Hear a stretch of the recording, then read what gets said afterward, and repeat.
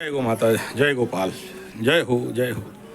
तो ये हम लोगों का बाणेश्वर शिव धाम, बाणेश्वर शिव मंदिर अत्यंत मनोहर और सुंदर परिवेश के अंदर प्रकृति के गोद में श्री ब्राह्मणी नदी तिटे ये भोलेनाथ का, शिव शंभू का, ये हर पार्वती का बाणेश्वर शिव धाम, इसका ये बहु पुरातन मंदिर, जहाँ पर मैं आपको मेरे YouTube में, मेरे प्यारे दर्शक, आपको कई बार बोला रहूँगा कि जब आदमी का आज से 10, 25, 30 साल पहले, आजकल तो नहीं होता है, 10-25 साल पहले जब लोगों का कोई काम नहीं हो पाता था, कोई बड़े रोग से नहीं निकल पाते, आज भी करते हैं लेकिन गुप्त भाव से करते हैं, तो इस मंदिर में आके यहाँ का पादुका पानी वो पान करके यहाँ पर तब तक पड़े रहते थे जब तक भोलेनाथ उनको आज्ञा नहीं दे दे, इनको जब तक आदेश नहीं दे दे, और इनका रोग ठीक हो जाता था। किसका बेटी का शादी नहीं हो पा रहा है, उसका बेटी का शादी हो जाता है, और आज हो जाता था और आज भी हो रहा है।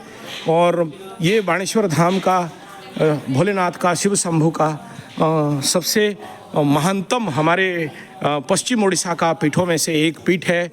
और ये उस समय मैं जब बचपन में आता था तो यहाँ पर मिट्टी के छोटे छोटे घर होते थे, यहाँ पर लोग रहते थे, आज भी रह रहे हैं यहाँ पर।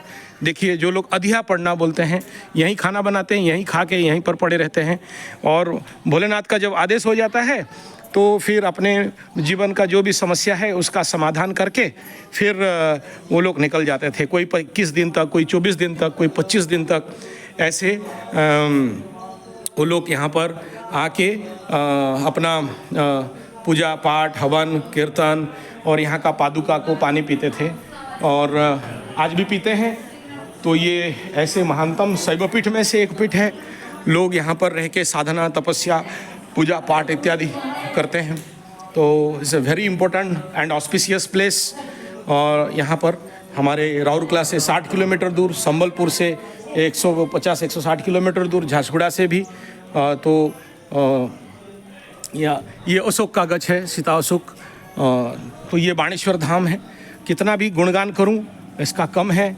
मैं बचपन से कई सारे लोग यहाँ पर अपने जीवन के अनसुलझे समस्याओं का समाधान का रास्ता यहाँ से निकालते हैं।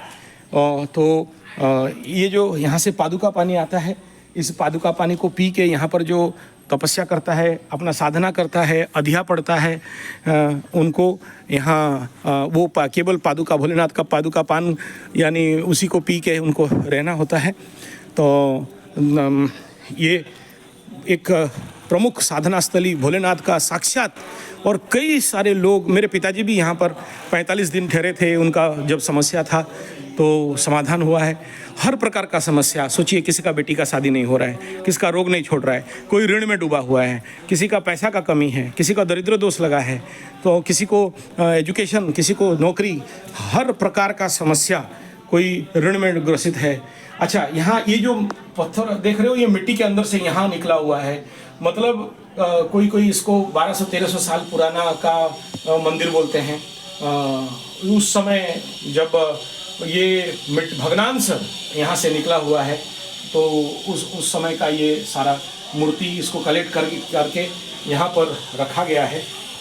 बहुत ओल्डेस्ट, इसको कार्बन डेटिंग और टेस्टिंग करके भी इसको निकाल के देखा गया है कि ये बहुत ओल्डेस्ट, ये सारे मिट्टी के अंदर से निकला हुआ यहाँ पर रखा गया है। और बाकी ये टूटे हुए मूर्तियाँ हैं, यहीं से ही खुदाई के दौरान ये सब यहाँ से निकले हुए हैं। और ये भी देख सकते हैं क्या जराजर अवस्था में पड़ा हुआ है यहाँ पे।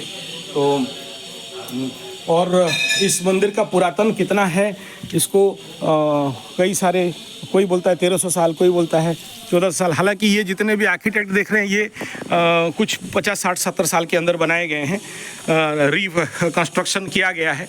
लेकिन वो पुराना वाला मंदिर भी उतना बड़ा था नहीं, बहुत छोटा था, जंगल के अंदर था। अभी जैसे जैसे हमारे सोसाइटी बढ़ने लगा तो लोगों का सहायता बढ़ने लगा, तभी जाके ये यहाँ पर इसका कुछ मूवमेंट हुआ है।